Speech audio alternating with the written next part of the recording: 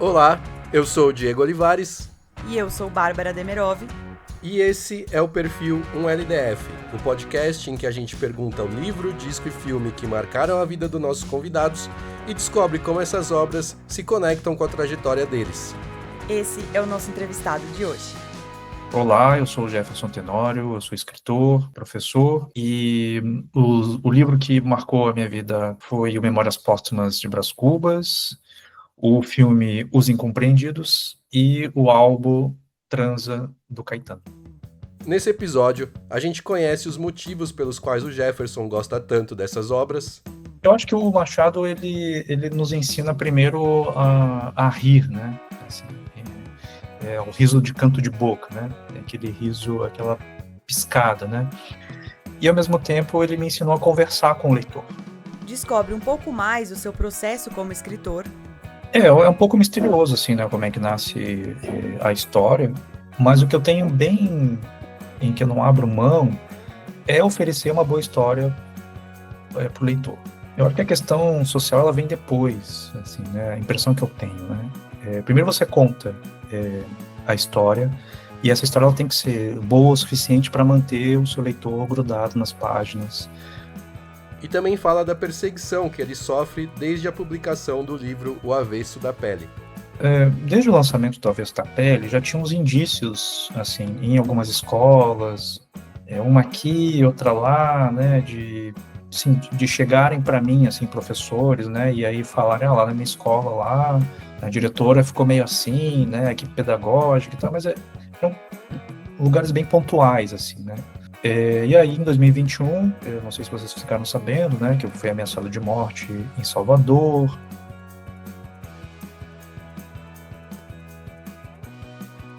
Bom, antes de começar a entrevista, eu deixo aquele recado para você seguir Um Livro, Um Disco, Um Filme em todas as plataformas. Spotify, YouTube, Instagram, TikTok, é só procurar a gente, @umlivrodiscofilme. Sim, esse é só o segundo episódio da nova temporada, então fica ligado para não perder nada do que vem por aí. O convidado de hoje é o Jefferson Tenório, autor que vem se consolidando como uma das vozes mais potentes da nossa literatura brasileira contemporânea. No final de 2024, ele lançou seu quarto livro, chamado De Onde Eles Vêm, sobre um jovem que entra na faculdade logo no início do sistema de cotas raciais entrar em vigor. O próprio Jefferson, inclusive, foi cotista na Universidade Federal do Rio Grande do Sul, onde fez letras. Ele é um autor que usa muito das suas experiências pessoais nos livros que escreve. O Avesso da Pele, por exemplo, tem como um dos personagens um professor, profissão que ele exerceu por muito tempo, e discute questões como racismo e violência policial. É um dos livros mais importantes dos últimos anos e ganhou o Prêmio Jabuti em 2021. E é tão importante que em 2022 o governo incluiu na lista de recomendações de livros a serem lidos e discutidos nas salas de aula do ensino médio. Mas é claro que uma obra que toca em assuntos tão sensíveis da sociedade não iria passar batido pelos conservadores e reacionários. E aí, no ano passado, uma diretora de uma escola do interior do Rio Grande do Sul fez um vídeo absolutamente sensacionalista usando trechos do livro e tirando-os de contexto para acusar O Avesso da Pele de ser pornográfico. O vídeo viralizou e autoridades dos governos de Goiás, Paraná, Santa Catarina e Mato Grosso do Sul chegaram a pedir a retirada de O Avesso da Pele das escolas de seus estados. Mas, como sempre acontece, a tentativa de censura saiu pela culatra. O livro ganhou ainda mais força, aumentou suas vendas em 6.000% e fechou 2024 como o mais procurado nas bibliotecas do Rio Grande do Sul. O Avesso da Pele já virou uma das obras clássicas da nossa literatura, assim como são as obras que o Jefferson escolheu para nortear a nossa conversa. Exatamente.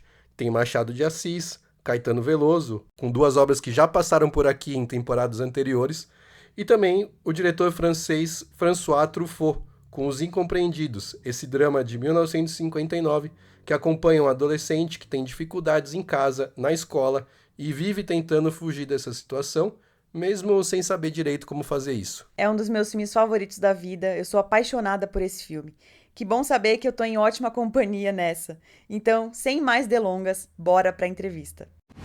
E hoje quem tá aqui com a gente também é o Guga. Guga, obrigado por estar aqui mais uma vez. Guga! Pô, que isso, é sempre um prazer, né? Ainda mais estar com Jefferson Tenório, né? Tem gente que nasce com o nome de escritor, né? Jefferson Tenório é um deles, assim. O cara já nasceu escritor, obviamente. Todo mundo Sabe que esse passa, né? nome foi construído assim, no sentido de... Porque quando eu comecei, publiquei meu primeiro livro, teve um autor que falou para mim, seu livro é muito bom, mas seu nome como escritor não dá, não. Caramba, sério? É, e aí eu comecei a abreviar meu nome, eu escrevia JT. Caramba, que é muito sem graça, né? Agora, muito melhor Jefferson Tenório. Não, JT, você pensa num cara da Faria Lima, É. assim. Exatamente.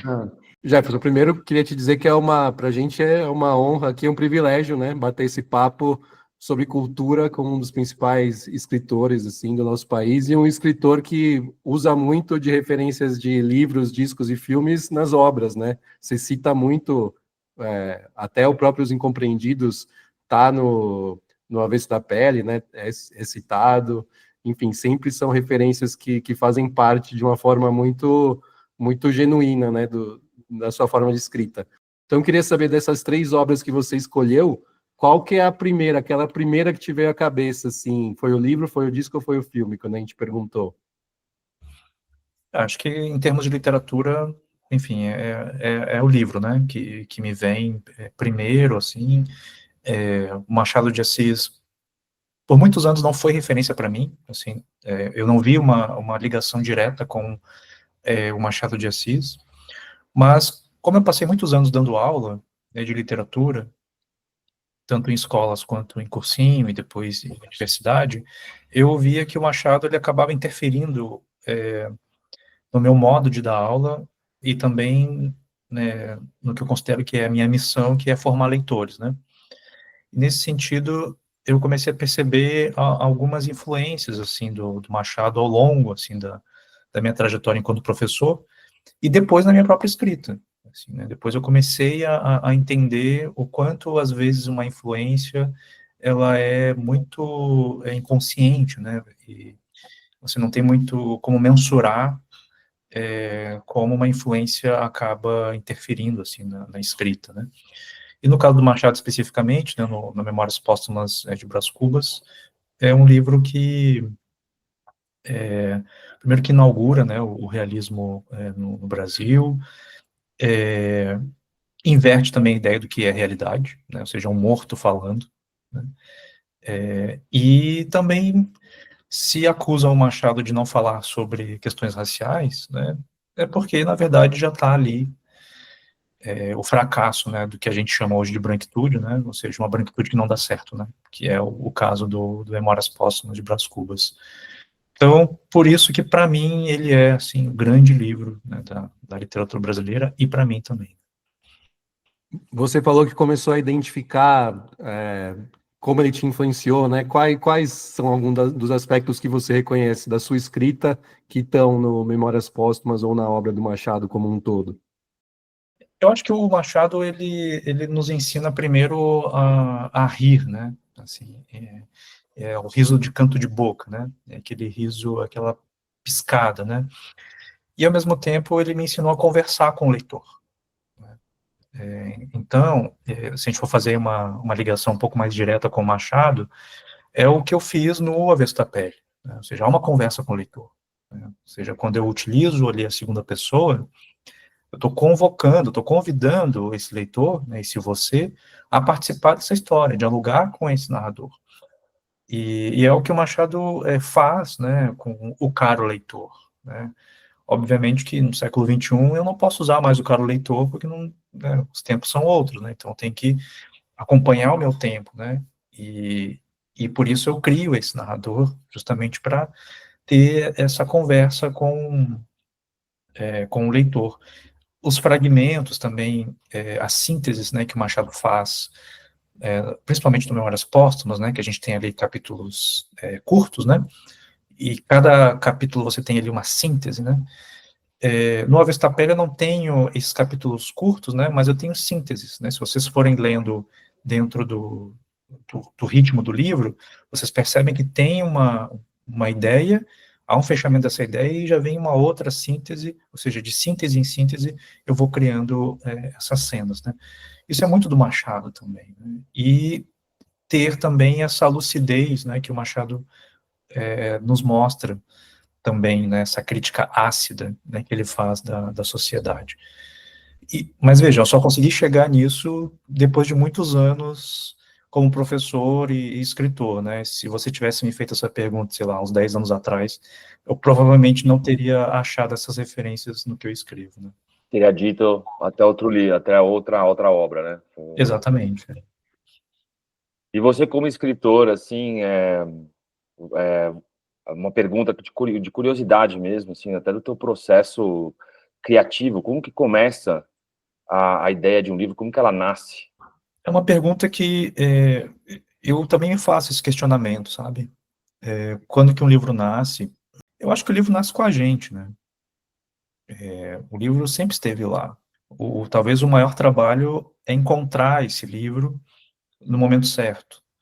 Às vezes você acha o livro, mas você não está no momento certo de desenvolver essa história, né? Foi o caso do Avesso da Pele, em que eu já tinha um sentimento, né, uma vontade de escrever sobre a vida de um professor, mas não me sentia à vontade, e eu não tinha recursos estéticos e nem existenciais para conseguir fazer o Avesso da Pele no tempo que eu descobri ele. E eu estou falando aí, sei lá, dos meus 30 e poucos anos, né? E eu vou escrever com 40 anos, né, assim, já depois de ter passado já por toda uma jornada, né. Então, acho que eles já nascem com a gente, assim, né. Agora, quando você, no meu caso, decidi escrever uma história, eu não tenho esse problema que alguns escritores relatam, assim, né, de, nossa, e agora o que que eu vou fazer, né, será que eu vou escrever essa história, será que eu vou escrever aquela, né. Quando eu chego na frente do computador para começar a digitar, né, é porque essa história já está comigo há muito tempo, né. Eu não paro na frente do computador e, vou testar aqui para ver se essa história vai acontecer. Não, eu só decido, de fato, ir para frente do computador e começar uma história quando ela já faz sentido para mim há muitos anos, né. Então, eu tenho que conviver com essa história pelo menos há 2, 3 anos para ter certeza que eu vou gastar as minhas células, gastar o meu tempo, a minha energia, deixar de estar com as pessoas que eu gosto para escrever um livro, né? Quando você senta ali, você descarrega já toda aquela coisa que você vem, meio que esse processo, assim. Tem uma frase no poema do Drummond, acho que é Elegia alguma coisa, que diz que a literatura tiraram os meus melhores momentos de amor, né? Acho que é mais ou menos assim, né? E é um pouco isso, tem que valer muito, assim, para tirar os meus melhores momentos, assim, de estar com as pessoas, né?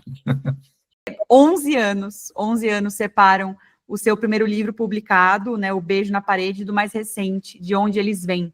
E eu queria saber como que você enxerga o seu processo como escritor, pessoalmente falando. Assim, os escritores se envergonham um pouco do primeiro livro, né? Eu tenho um pouco, assim, desse envergonhamento, assim, do meu primeiro livro, justamente porque era um livro experimental, é um livro em que eu tenho alguns cacoetes, né, que eu percebo, assim, né? Tem uma forçação de barra, assim, em algumas cenas, né, assim, aquele menino é sabido demais, né, sabe demais. E, então, eu reescreveria, certamente, né, o Beijo na Parede. Depois, com Estela Sem Deus, eu já não tenho tanto esse ranço, né, ou enfim, esse desconforto, né, com o que eu escrevi. Ainda assim, eu reescreveria algumas cenas, né. E com o Avesso da Pele, parece que é o momento em que eu tenho mais consciência do que eu estou fazendo, né. Eu acho que isso é fruto tanto da minha experiência com os livros anteriores, né. Tem a ver também com as experiências que eu vivi, as experiências que eu consegui elaborar dentro de mim, né. Com o que eu estudei em teoria literária também, né, os tipos de narradores, né, por todos esses anos, o que também me deixou bastante confortável para chegar no De Onde Eles Vêm, né, que talvez seja o livro mais pessoal, né. Eu só me senti à vontade para escrever um livro mais pessoal justamente porque eu consegui manter à distância pela linguagem, né? Mas para fazer isso tem que ter muito trabalho de teoria, de escrita, né? Ou seja, não é só contar a sua vida, né? Você precisa ter um distanciamento aí, ele se dá justamente pela linguagem, pela ficção, né? E assim por diante. E tem uma coisa curiosa, né? Porque o Avesso da Pele fez o sucesso, né, que fez, merecidamente, e aí a Companhia das Letras relançou o Estela Sem Deus, né? E muita gente achou que aquele era o livro que viria depois do Avesso da Pele, quando ele foi lançado originalmente antes até, né? E depois sim veio o sucessor real, que é o De Onde Eles Vêm. Então, como foi para você essas duas experiências? A primeira de ter do livro que foi lançado depois do seu maior sucesso não ter sido, né, de uma forma assim categórica aquele que você o que você escreveu depois, e aí sim como foi escrever um livro já com essa expectativa toda, né, sendo um nome já estabelecido, cultuado, assim, admirado. O Stella, ele foi, na verdade, a editora, enfim, me procurou para relançar, né, o Stella. Muita gente acabou comprando o livro achando que era, de fato, né, o livro posterior ao Avesso. Mas eu acho que foi uma redescoberta, né, da Stella. Tenho recebido muitos relatos, assim, né, da leitura, né, que foi feita do Stella. E havia, obviamente, uma pressão muito grande, né, pelo o livro que viria depois, né, do Avesso da Pele.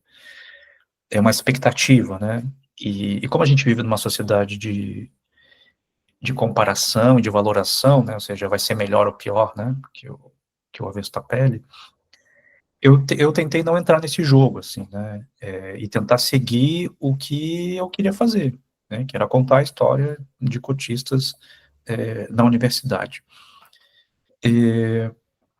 Eu, na verdade, acabei lutando contra o tempo, né, assim, ou contra a falta de tempo. Com o sucesso do Avesso da Pele, enfim, os convites de festivais, de entrevistas, né, enfim, resenhas, viagens, tomaram praticamente a minha vida, né, e eu não sou o tipo de escritor que consegue escrever em viagem, né, eu preciso parar, ter o meu cantinho, né, o meu lugar, né, para poder escrever. Então eu lutei contra o tempo, né, e aí quando eu estava terminando de escrever, no ano passado, né, estava terminando de escrever, eu tentei me isolar na Bahia por 3 meses, né, e aí terminar o De Onde Eles Vêm. Eu digo tentei porque não cometam esse erro de se isolar no carnaval na Bahia, né. Aí veio a história da censura, né, assim, faltava um capítulo, e aí no dia do meu aniversário eu recebo o vídeo aquele, e aí, enfim, fiquei mais 3, 4 meses sem conseguir mexer no livro, porque foi aquela avalanche de viagens e desmentir, e aí a editora me dizia, não, você não pode perder a oportunidade de desmentir essa gente, né, e aí foi todos esses meses, até que quando chegou ali para junho, foi quando eu consegui parar, pelo menos 2 meses, e aí foi nesses 2 meses que eu terminei o De Onde Eles Vêm, com muito receio, com muito medo, né, se eu estava entregando de fato o que eu queria entregar, mas aí depois eu me apaziguei, assim, e joguei para o leitor, né, o leitor é que vai decidir se eu entreguei o melhor ou não. A gente vai voltar nessa história da censura daqui a pouco, mas antes tem a pergunta do Guga, então. Pode falar, Guga. Não, eu queria fazer uma pergunta pro Jefferson como pai de pai para pai, que o Diego também está experimentando essa aventura aí, eles estão começando essa aventura, né? E, assim, eu tenho uma filha pequena, de 7 anos, e eu tento colocar a leitura, por exemplo, para ela desde cedo, assim. Filmes também, tento colocar os clássicos, coisas atuais, enfim. E você, como pai, como você entende essa dinâmica que existe hoje, né, essa leitura dinâmica das redes sociais? Como fazer com que o livro faça parte da vida dessa nova geração que tá entrando aí, enfim, e está mais digitalizada do que nunca, né? É um grande desafio, né, bom, eu estou numa segunda experiência de paternidade, né, Tenho um filho de 15 anos, e a experiência que eu tive há 15 anos atrás está sendo muito diferente do que eu estou tendo agora, né? Eu estou muito mais atento, muito mais consciente, e, e também mais tranquilo, assim, quanto essa ânsia. Eu percebo que na minha primeira paternidade eu tinha uma ânsia muito grande de já encher meu filho de livros e aquela coisa de estímulos, né, e tal. E na verdade, que eu tenho percebido agora, né, você tem que incentivar o seu filho, primeiro a se movimentar, né, assim, entender o corpo, colocar no chão, fazer estímulos de brincadeiras, né, e tal. O objeto livre, no primeiro momento, não é nada para ele. Assim, ele Um se der um brinquedo. livro para ele, der sei lá, um bloco para ele, é a mesma coisa, assim, não tem muita... mas o que eu tenho percebido é isso, livrar, pelo menos por um bom tempo, das telas, né, assim, de não... E exercitar esses sentidos, né, ou seja, a gente cria um leitor, né, tem um documentário francês, agora que eu esqueci qual é o nome, mas a criança aprende a ler e escrever com o corpo primeiro, né, assim, tendo dimensões do seu corpo, das mãos, né, assim, enfim, a partir desse momento, assim, então eu estou prestando muito mais atenção nisso, né, do que essa preocupação, nossa, eu tenho que encher meu filho de livros, né, e de referência. Agora, passado isso, assim, né, quando ele já está ali com seus 3, 4 anos de idade, aí é o momento aí de fato, começar a meio que se preocupar, né, de ver que existem livros ao redor, né, aquela coisa toda, mas eu não sei até quando eu vou conseguir proteger, digamos assim, meu filho desse mundo digital, né? Porque no momento que vai para a escolinha, acabou, assim, né? Você tem ali um contato, se você quer fugir da galinha pintadinha, né? Enquanto ele está em casa, você consegue, agora depois que vai para a escolinha, já era, né? Então, eu acho que é um desafio. E, assim, pai e mãe sempre vão errar, né? Assim, não tem pai e mãe perfeito, né? Assim, sempre vai ter reclamação. E o Christian Dunker disse uma coisa muito interessante sobre paternidade e maternidade também, né? Que nós somos pais e mães de maneiras diferentes ao longo da vida dos filhos, né? Isso significa que você pode ser que você não pode ser um pai muito bom, sei lá, quando ele é recém-nascido, talvez seja atrapalhado, talvez uma mãe também não consiga ser uma boa mãe, digamos assim, na primeira infância, mas vai ser uma boa mãe na adolescência. Pode ser que seja o contrário, pode ser que o pai seja muito bom quando ele é recém-nascido, mas vai ser um desastre quando for adolescente, né? Na vida adulta também pode ser muito bom, mas pode também ser um desastre, né? Enfim, a paternidade não é uma coisa única, né?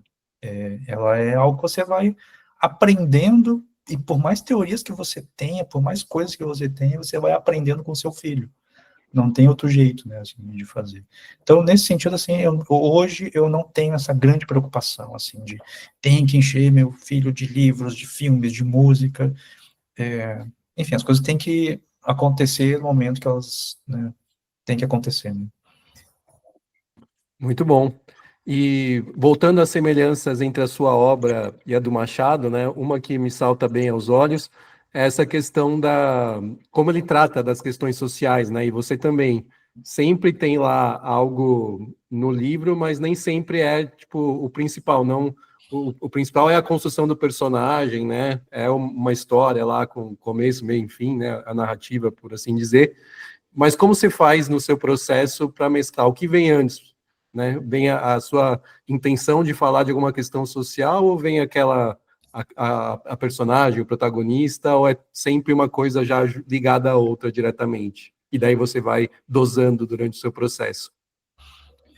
É um pouco misterioso, assim, né, como é que nasce a história, mas o que eu tenho bem, em que eu não abro mão, é oferecer uma boa história para o leitor, né? Eu acho que a questão social, ela vem depois, assim, né, a impressão que eu tenho, né? Primeiro você conta a história, e essa história ela tem que ser boa o suficiente para manter o seu leitor grudado nas páginas, para que eu não perca esse leitor, né? E como eu tenho tratado da literatura menor, né, assim, falando do Deleuze, né, sobre literatura menor, né, que seria a literatura das minorias, é impossível, né, eu colocar um personagem negro, ou colocar uma menina negra e as questões sociais não aparecerem, né, elas vão aparecer, justamente porque a minha literatura é uma literatura realista, né, ela não é realismo fantástico, né, então isso coloca já na bagagem desses personagens que eles tenham que passar por essas questões sociais. Mas eu não parto da questão social. Eu parto do personagem e das questões existenciais desse personagem. Tanto que todos os meus livros são livros de personagens. Eles não são livros de comunidades, né? São livros de personagens. Então você tem lá o João no Beijo na Parede, você tem Estela no Estela Sem Deus, você tem Pedro no Avesso da Pele, e agora você tem o Joaquim no De Onde Eles Vêm, né? Ou seja, são personagens marcantes, assim, né? Então, o leitor ele se identifica mais com o personagem do que com a própria história, né? Então, é justamente para tentar causar esse efeito no leitor, né?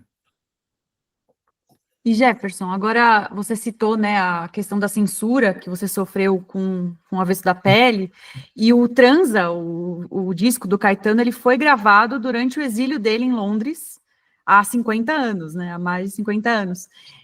E daí corta para você tendo problemas com o governo de alguns estados que decidiram tirar, né, o Avesso da Pele da bibliografia de algumas escolas. Você já imaginava alguma vez passar por isso? Como é que foi, assim, você se deparar com essa situação? Desde o lançamento do Avesso da Pele, já tinha uns indícios, assim, em algumas escolas, uma aqui, outra lá, né, assim, de chegarem para mim, assim, professores, né, e aí falarem, lá na minha escola, lá, a diretora ficou meio assim, né, equipe pedagógica e tal, mas eram lugares bem pontuais, assim, né. E aí, em 2021, eu não sei se vocês ficaram sabendo, né, que eu fui ameaçado de morte em Salvador, Caramba. ia dar uma palestra numa escola particular, e aí 3 dias antes de eu ir para Salvador, eu comecei a receber ameaças pelo Instagram, não dei bola, né, enfim, porque eu já era xingado em função das minhas opiniões na Folha ou no UOL, né, mas aí quando eu cheguei em Salvador, as ameaças começaram a ficar mais próximas de mim, ou seja, eles sabiam o bairro onde eu estava, né, e aí um dia, quando eu estava na praia, recebi uma mensagem, a pessoa me perguntando como é que estava na praia, né, então eles sabiam que eu estava ali, né, e aí foi quando eu, de fato, vi que a coisa era séria, e aí fui pro hotel, falei com a minha editora, e aí a partir daí comunicamos a polícia, e aí eu não saí mais do hotel, né, fiquei 5 dias sem poder sair do hotel, com receio de sofrer algum tipo de atentado. Depois se descobriu que eram pais bolsonaristas, né, de alunos dessa escola, né, que fizeram as ameaças. E aí veio, né, em 2024, no ano passado, a história da diretora, aquela que fez, né.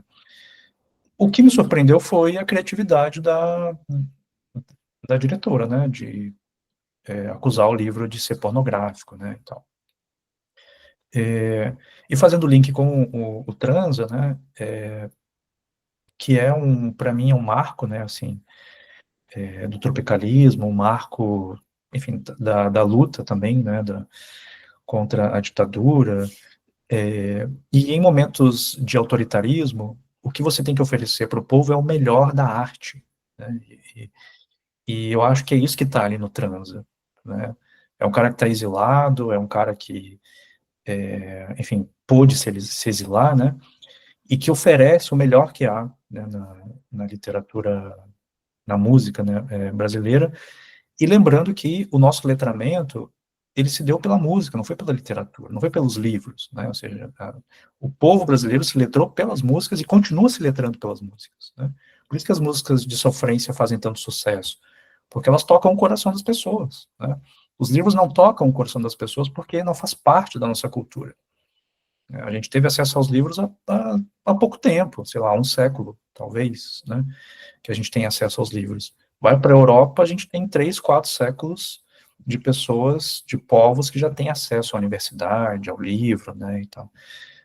Então, por isso que o transa, para mim, é esse grande ícone, digamos assim, né, da resistência pela arte, né. Eu acho que o transa tem até uma semelhança com a literatura, né? Eu estava fazendo uma pesquisa que é uma das capas mais originais, né, da história dos LPs brasileiros, porque ele é um disco-objeto, né? Eles chamam de disco-objeto. Então ele tem esse objeto de forma triangular que você vai abrindo, você vai desvendando, você vai... Essa relação um pouco que a gente tinha, né, com obras, com os LPs ou com os CDs, o vinil, né, antigamente, assim, que a gente hoje não tem, né, com a digitalização, mais uma vez voltando nesse assunto, mas eu acho que, enfim, que acho que ele trazia uma coisa semelhante à literatura um pouco ali, né. E toda a brincadeira que ele faz com a música, com os ritmos, né, ele consegue misturar um ritmo do rock inglês com baião, assim, né, uma coisa muito, muito doida, assim, e que, enfim, só o gênio consegue fazer essas coisas. Ele começou a usar no trance, ele começou até o reggae, foi uma coisa que ele utilizou antes de estourar o Bob Marley não tinha nem estourado ainda com o primeiro álbum dele, assim, ele já usava, né, é impressionante mesmo. E você lembra, Jefferson, da primeira vez que você teve contato com o álbum? Já foi uma experiência arrebatadora ou foi algo construído, assim, ao longo da sua vida? Foi construído, assim, né, na verdade eu já tinha escutado algumas músicas, mas eu não sabia que tinha um álbum chamado Trans, assim, né, eu já tinha escutado It's Long Way, e aí era a minha favorita, assim, mas eu não sabia que fazia parte de um álbum, assim, né, eu só fui entender de música popular brasileira, a classificação, música clássica já com meus 20 e poucos anos, assim, né. E aí eu lembro que eu fui mesmo saber do transa quando eu fui dar aula sobre música popular brasileira na escola, né. Pro terceiro ano do ensino médio, tinha lá uma unidade que falava sobre a música popular brasileira e falava do álbum Transa. E foi aí que eu fui estudar para saber o que era o álbum. E aí aí ressignifiquei, na verdade, né? Daí já comecei a entender melhor a importância, né, não só do Transa, mas do próprio Caetano, assim, né? Embora o Caetano tenha pisado na bola aí algumas vezes, né? Enfim, foi contra as cotas, né, e tal. Mas eu passei pano para ele, porque ele me entregou muita coisa, assim, na minha vida. Você acha que as letras do Caetano podem ser consideradas literatura? Olha, se o Bob Dylan, né, ganhou o Nobel, eu acho que sim. O Caetano sempre me emociona, assim, né? Bem lembrado. Às vezes eu fico escutando uma música em looping, assim, né? Sei lá, você já estava escutando aquela letra Pecado, que letra linda que que tá a trilha sonora do Challenger, né? Enfim, o Caetano é sempre contemporâneo, né? Ele sempre se refaz, né? Então, acho que é pura literatura. E você teve um grupo de rap na juventude. Como foi essa experiência? É uma experiência que eu tento apagar da minha vida, mas não consigo. Qual que era o nome, Jefferson, da banda? O nome da banda qual que era? Tinha, era Magma Rap. Ó. Mas eu tento apagar, mas eu esqueço e acabo falando nas entrevistas também, né? Assim, mas teve um tempo lá que eu era rapper, né, e tal.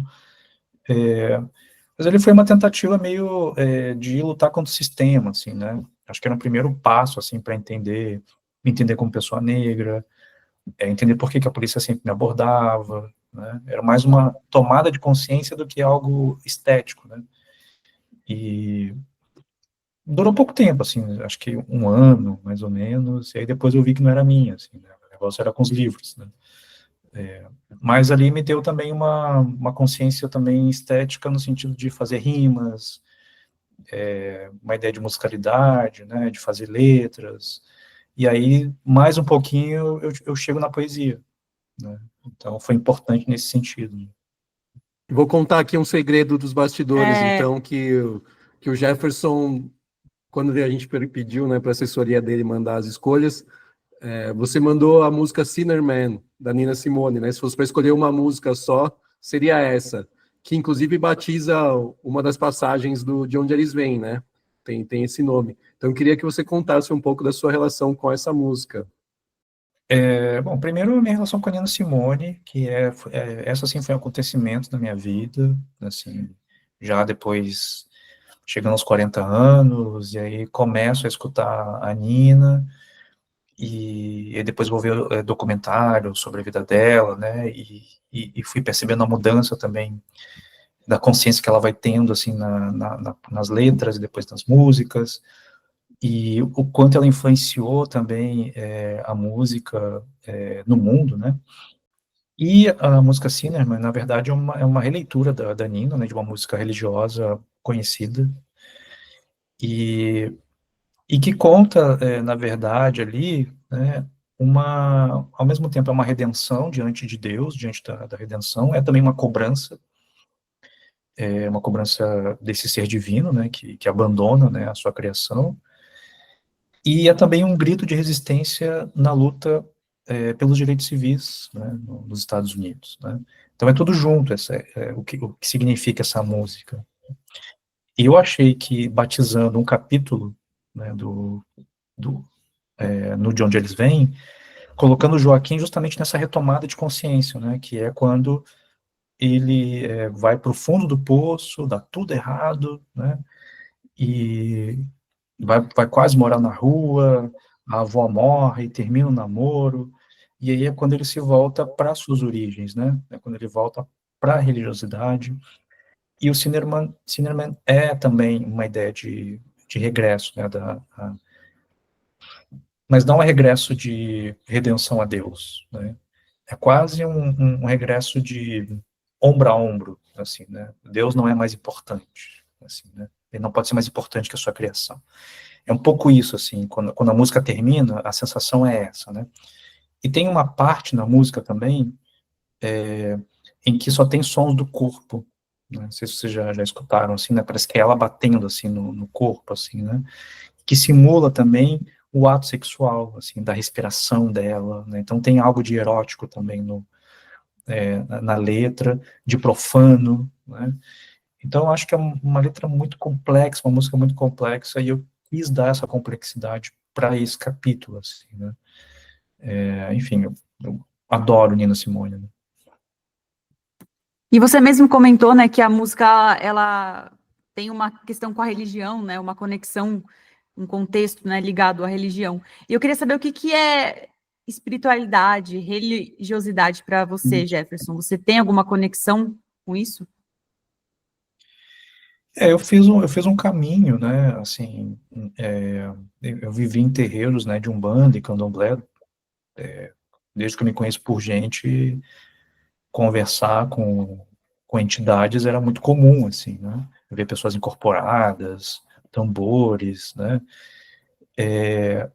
e aí, quando eu entro na universidade, eu tenho ali acesso a uma série de conhecimentos que eu não tinha antes, né, e aí eu entro em crise, né, eu começo a ler o existencialismo, e aí começo a perceber que, cara, e se essa história de religião for tudo uma balela, e se eu fui enganado durante todos esses anos, né, e tal. Aí entra, de fato, num conflito existencial, e eu acho que é um conflito que acontece com a maioria dos jovens, assim, né, quando entra na universidade, de questionar suas origens, de questionar as suas verdades, né, e tal. Passado o tempo, eu continuei lendo os existencialistas, e aí, quando eu comecei a ler um filósofo mais específico, que é o Kierkegaard, que é um filósofo católico e existencialista, que parece que não fecha, né, mas ele me deu uma outra dimensão da questão da religiosidade, né, porque o existencialismo que eu estava vinculado, que é o existencialismo materialista do Sartre, em que ele não nega a existência de Deus, mas não entrega nenhum tipo de transcendência, ou seja, você morreu, morreu, né, era algo que me incomodava, assim, né. E aí, quando eu vou para o Kierkegaard, ele me oferece uma questão mais complexa, que não é nem a materialidade, também não é nem uma vida pós-morte, é uma outra coisa muito mais complicada, muito mais complexa, e eu gostei disso, né? Gostei, ou seja, ele mostrou que era possível você exercer sua espiritualidade, eu poderia continuar frequentando os terreiros e ser existencialista, né? O que significa ser existencialista para mim? É se responsabilizar pelo que você faz, né? Ou seja, e não delegar as coisas que acontecem com você para Deus, ou para o orixá, ou para sei lá quem for, né? Ou seja, as coisas acontecem porque acontecem. Agora, obviamente que o fato de eu ser uma pessoa negra e vindo da periferia, as coisas ruins que me acontecem, muitas vezes em função do Estado violento, da polícia violenta, né, enfim, de uma série de questões sociais que foram negadas, né, a minha e para minha família. Mas ainda assim, existe a minha escolha enquanto pessoa, né? E é essa escolha que eu tenho que defender e que eu tenho que me responsabilizar por ela. Isso é ser existencialista, né? E nesse sentido, eu me apaziguei e aí voltei a frequentar os terreiros, né, que é o que eu faço até hoje, sendo uma pessoa existencialista.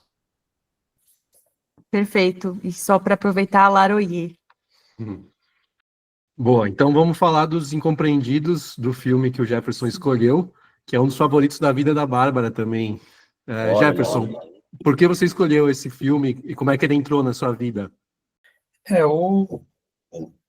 Os Incompreendidos também chegou tarde, assim, na minha vida, né, também já próximo dos 40 anos, e comecei a ver tudo, assim, primeiro eu queria entender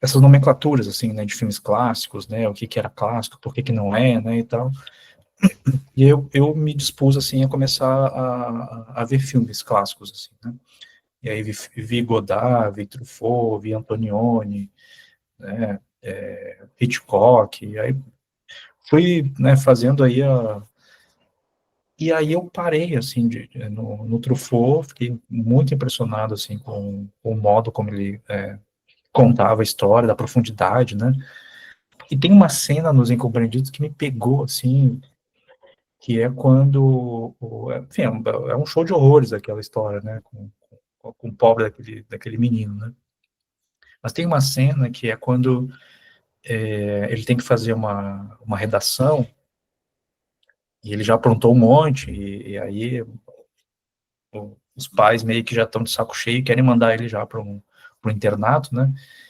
Só que ele não está afim de escrever redação, né? E aí o que ele faz? Ele copia, né, um trecho do Balzac, né? E entrega para o professor como se fosse ele, né?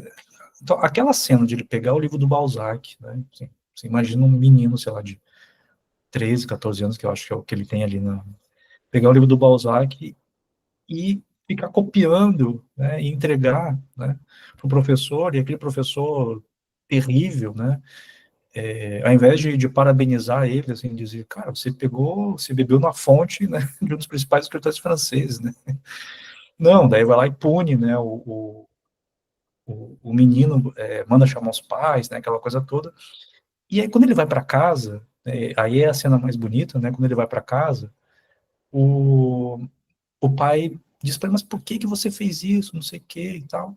Ele diz, eu fiz pelo Balzac. Né? E lá no quarto onde ele estuda, ele acendeu uma vela para o Balzac, como se o Balzac fosse uma entidade, assim, né? E aí a casa pega fogo, né, aquela coisa toda. Mas essa delicadeza, assim, com a literatura, né, assim, que não é exatamente alguém que está se transformando no leitor, mas é alguém que consegue encontrar alguma coisa na literatura, né? Mesmo que seja de uma maneira assim muito... E é isso que me chama a atenção nos filmes do Truffaut, nunca é uma coisa óbvia, né? E por isso que me pegou tanto, assim, eu pensei, eu preciso fazer uma homenagem pro Truffaut. Claro que o Truffaut nunca vai saber que eu existo, a família dele não vai saber que eu existo, mas eu precisava fazer um tributo, né, ao Truffaut, colocando ele no avesso da pele. E você foi professor, né, de escola pública. Aí você citou o professor do filme, e a gente pensou aqui, né? Qual que era a sua postura quando você se deparava com um jovem como o Antoine Doinel? Eu tive alguns, assim, né? Eu tive um que talvez tenha me marcado mais, que era na verdade, ele foi da minha primeira turma que eu tive, no 8º ano, se chamava Daniel, inclusive, quase Daniel, né? Adorava filosofia, assim, né? E aí eu tinha 3 alunos naquela turma, de 13, 14 anos. Um era ateu, que era ele, né, o Daniel, o outro era católico, e o outro era um bandista, assim. E os três eram muito amigos, né? Mas viviam discutindo, assim, né, os três, tal. E esse Daniel, ele começou a roubar livros da biblioteca. Mas ele começou a roubar livros porque ele se recusava a pagar R$ 5 para ter uma carteirinha, que a escola cobrava, né? E aí ele não podia pegar o livro, ele começou a roubar o livro. Aí um dia a bibliotecária pegou ele roubando, aí queria chamar a polícia. E ele roubou, ele não roubava qualquer coisa, ele roubou Hamlet. Ela pegou ele roubando o Hamlet, né? E aí eu disse para a diretora, né? Vocês deviam agradecer que ele está roubando o Hamlet, não condenar ele. E aí me xingaram também, disse que era um absurdo, que não sei o quê, que onde já se viu, que esse cara rouba um livro, daqui a pouco vai estar roubando um banco, né? Enfim. E aí, no ano passado, na Flip do ano passado, esse mesmo aluno me encontrou na Flip, super emocionado. Hoje ele é mestre em filosofia. E estava lançando o primeiro livro dele, né, acho que é Urso Branco, alguma coisa assim. O primeiro livro dele de ficção, romance, né, que ele estava lançando, né. E super agradecido, assim, né, por eu ter enfim, tido conversas com eles, né, sobre literatura, ter incentivado, né, e tal. Então, assim, eu acho que a literatura, ela faz com que a gente rompa, né, com essas regras imbecis, né, que a gente tem na escola, né, ou seja, a gente precisa se tornar leitor apesar da escola, né. Uhum. Essa é a questão, né. Ô, Jefferson, uma pergunta para você que correlaciona um pouco os incompreendidos com a sua obra, na verdade, com uma curiosidade, assim, né? Porque o personagem do Truffaut, o Antoine Doinel aí, é o primeiro dos 5 filmes, né? Com o personagem, né? Você tem uma vontade de revistar um personagem seu de algum livro, em um outro livro mais para frente? Olha, tem gente que diz os meus livros falam do mesmo personagem, né. Assim, não tá tão óbvio assim, mas dizem que é o mesmo personagem, desde o Beijo na Parede, até por questões de idade, assim, né? O Beijo na Parede é um menino de 10 anos, depois o Estela já é dos 13 aos 16, chega no Pedro já é os 21 anos, e aí chega agora no Joaquim é 24 anos, né? Quase como se fosse aí uma trajetória desses personagens, e que tem coisas em comuns, assim, né? São personagens que buscam uma experiência intelectual e estética, né? No Beijo na Parede, você tem ali a busca do João com o Don Quixote, né? Ou seja, ele fica carregando aquele livro de um lado para o outro, mesmo sem saber ler, mas ele sabe que tem alguma coisa importante naquele livro, né? Chega na Estela, ela quer ser filósofa, né? Aí, no Pedro, ele é arquiteto, né? E o pai é da literatura.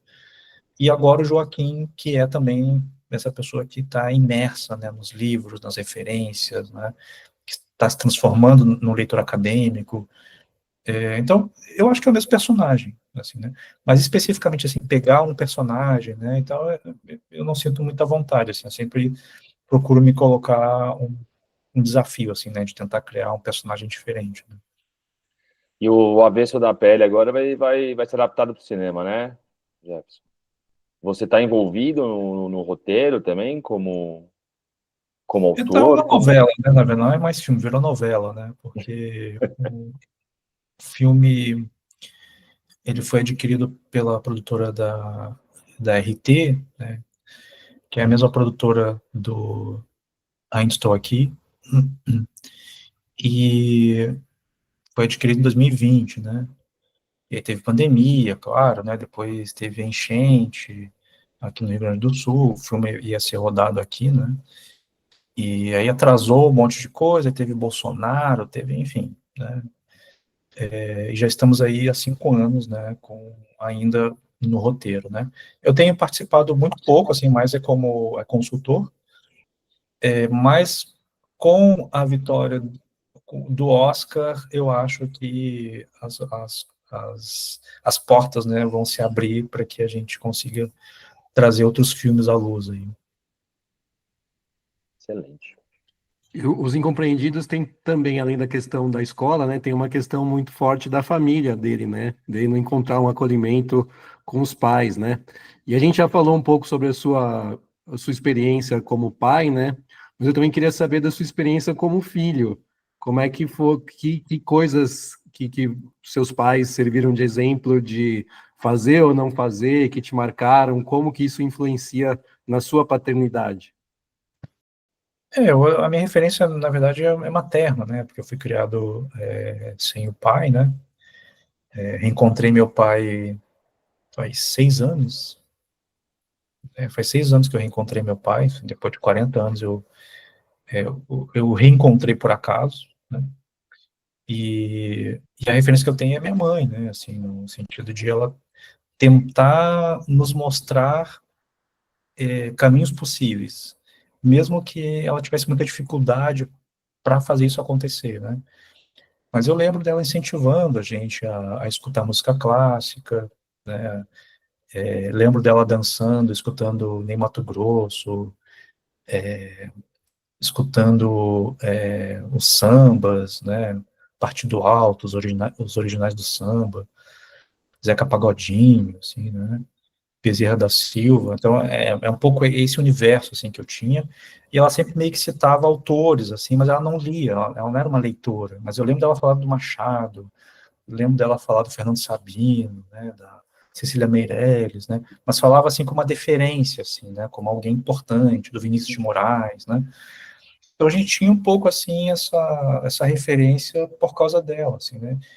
E ela bateu muito na tecla, assim, que eu tinha que ter um diploma, que eu tinha que estudar, né, e eu ali chegando nos meus 20 anos, sem querer saber de nada, assim, era a fim de curtir a vida, né, e ela dizia, não, você tem que estudar e tal. Então, a minha referência é essa, assim, né, da minha mãe sempre me incentivar para o caminho da cultura, assim, né, do intelecto, né, então... E essa ausência paterna, ela te moldou também de alguma forma? Eu acho que sim, me moldou, enfim, eu fiz uma tese de doutorado sobre paternidade, né, o nome da tese é Até que o Pai se Torne Mais Leve que a Água, que é referência a um título do escritor português Antônio Lobo Antunes, né, que ele tem um livro chamado Até que as Pedras se Tornem Mais Leves que a Água, e eu faço uma análise desse livro, e aí crio, então, essa tese, né, do Até que o Pai se Torne Mais Leve que a Água. Depois escrevi um livro, O Avesso da Pele, que também fala sobre paternidade, né, há uma investigação afetiva, intelectual, né, da questão paterna. Eu acho que me moldou muito, assim, né, até a escolha da epígrafe do Avesso da Pele, que é do Hamlet, né, ou seja, esse pai fantasma que me acompanhou durante toda a minha vida, né, e tal. Eu acho que a ausência me moldou, sim, enquanto pessoa e enquanto pai também. Daqui a pouco, a gente faz o diagnóstico sobre o que as obras favoritas do Jefferson Tenório revelam sobre a personalidade dele. E também teremos o diagnóstico de mais uma ouvinte a participar dessa temporada. Mas antes, a gente queria contar que você que está ouvindo pode levar um livro, um disco, um filme para sua empresa. Exatamente. A gente tem um formato offline, no mundo real, com rodas de conversas e dinâmicas de integração em empresas a partir do livro, disco e filme que marcaram a vida das pessoas. É um jeito diferente e leve de conhecer mais sobre quem trabalha com você. Afinal, a gente sabe melhor do que ninguém que dá para contar muito da história de uma pessoa a partir das suas obras favoritas. Então, se você quer levar um LDF para sua empresa, entre em contato com a gente pelo Instagram, @umlivrodiscofilme, ou pelo e-mail, umlivrodiscofilme@gmail.com. Vai ser um prazer falar com vocês. E agora a gente volta para a conversa com o Jefferson Tenório. É hora do nosso diagnóstico. E agora, Jefferson, a gente tem um momento final aqui do nosso podcast, é quando o Guga, ele, inspirado pelas 3 obras que você escolheu e também por essa conversa que a gente teve, ele faz uma espécie de análise, um diagnóstico do seu perfil a partir dessas escolhas. Então, vamos ouvir o que o Guga trouxe para a gente hoje. Vamos lá. Vamos lá, Jefferson. Acho que, pô, você, apesar dessa paz que você transmite, você é uma pessoa, tipo, parece que quero dar um abraço em você aqui. Então, você transmite uma paz, assim, o jeito que você fala, a sua presença, mas, né, apesar desse estado de paz, você tem uma inquietude, né, que acho que a gente vê na sua obra, né, na maneira como você, enfim, reflete sobre o mundo, por meio das suas palavras, né, acho que é um olhar curioso, atento, está sempre querendo transformar o mundo, né, refletindo sobre ele. E acho que o que fica claro para mim com as suas obras e você como professor e tudo que você contou para a gente, é essa coisa de não ser passivo, de aceitar o mundo como ele é, né, de ser um agente da transformação, né, a história do menino que você contou lá atrás, acho que é emblemática, né, que depois você reencontrou na Flip. Às vezes a gente faz sem nem pensar que aquilo pode transformar alguém, né? Acho que a literatura, um escritor é um trabalho muito solitário, imagino, mas é um trabalho capaz, né? Uma arte capaz de transformar muitas pessoas, assim. A gente não sabe quem está lá, né? Não é que você vai no cinema e vê as pessoas assistindo o seu filme, você não sabe quem está lendo, deve ser uma coisa louca, assim, né? Então, isso me fez pensar, eu tenho essa mania de correlacionar sempre o convidado com um personagem fictício do cinema. E você me fez pensar não só em um personagem, mas em 3 grandes personagens que são escritores, né? Começando, não sei se você viu Ficção Americana, com o Thelonious Monk Ellison, passando pelo Gil Pender, de Meia-Noite em Paris, e fechando com Miles Raymond de Sideways, entre umas e outras. Assim, eu vou te explicar por que agora, na verdade, né? Eu peguei essa capacidade analítica e de crítica social do Thelonious no Ficção Americana, misturei um pouco aí com essa curiosidade e o gosto pelos escritores e artistas que marcaram a época, né, do Gil Pender, de Meia-Noite em Paris, e fecho com a inquietude e esse olhar que não aceita o mundo que ele é, do Miles Raymond Sideways, entre umas e outras, para criar um personagem único, que é você, essa mistura dos 3, que é o Thelonious Jill Miles. Tá aí, Jefferson. Esse é o meu diagnóstico para você. Adorei, porque são 3 filmes que eu amo e tinha que ter uma coisa dionisíaca também aí, né? Então, Sideways, eu acho que é maravilhoso, muito bom. Aliás, posso fechar, só fazendo isso é uma curiosidade mesmo que eu tenho. Falando de Meia-Noite em Paris, se você pudesse voltar em algum momento da literatura, qual momento que você escolheria para voltar, mesmo que seja por um dia? Cara, eu não tenho dúvidas que eu voltaria para conversar com o Machado de Assis. Eu só tenho uma dúvida que eu queria saber se ele chiava quando falava. Só isso. Se ele tinha um chiado carioca. Pô, Jefferson, muito bom ter essa conversa com você, saber mais das suas histórias, E das peraí, obras. que diagnóstico incrível do Guga, hein? Você arrasou, Guga. Inspirado por ele, não tem como, né? E Sideways é um dos filmes muito... Nossa, é incrível esse filme, assim. Os 3 filmes, Os os três três. filmes são muito bons. E acho que coube como uma luva aí Coube. na análise do Jefferson. Obrigado por estar com a gente, Jefferson. Obrigado, Jefferson. Obrigado aí, gente. Foi ótima conversa, hein? O Jefferson é professor e ele deu uma verdadeira aula. Foi demais essa conversa. Foi, eu adorei. E adoro também esse nosso novo quadro com as escolhas do ouvinte. É a hora do episódio em que a gente abre nossa caixa de mensagens para saber o livro, disco e filme que marcaram a vida de um LDFer. Tá muito bom ouvir esses relatos de vocês. Continuem mandando, viu? E o áudio de hoje é da Gabriela Ribeiro, de São Paulo. Vamos ouvir. Oi, Diego. Oi, Bárbara. Oi, pessoal do podcast. Eu sou a Gabi. Eu trabalho com gestão de projetos e processos de transformação digital, eficiência operacional e experiência do cliente. E eu amo o conteúdo de vocês. Eu sempre corro atrás dos livros, discos e filmes que vocês comentam e eu estou muito feliz em compartilhar os meus favoritos por aqui. O livro que mais me marcou é O Rei Lear, do Shakespeare, E olha que eu amo ler, eu poderia falar de vários livros, inclusive livros que eu li mais recentemente, ou até alguns de true crime e investigação que costumam ser os que eu curto mais. Mas o Rei Lear não tem comparação. Eu tive que ler esse livro como leitura obrigatória do colégio e eu ganhei a minha cópia do meu pai, com uma dedicatória falando sobre a importância da leitura dos clássicos, que eu guardo até hoje. Eu me lembro de ter lido com muito mais carinho por conta desse gesto, e é um livro que eu releio quase todos os anos, e às vezes mais de uma vez por ano. Sim, eu sei a fala dos personagens quase que de cor, e principalmente as do Bobo. Esse livro tem muita influência em como eu interajo com as pessoas e nas minhas crenças sobre lealdade.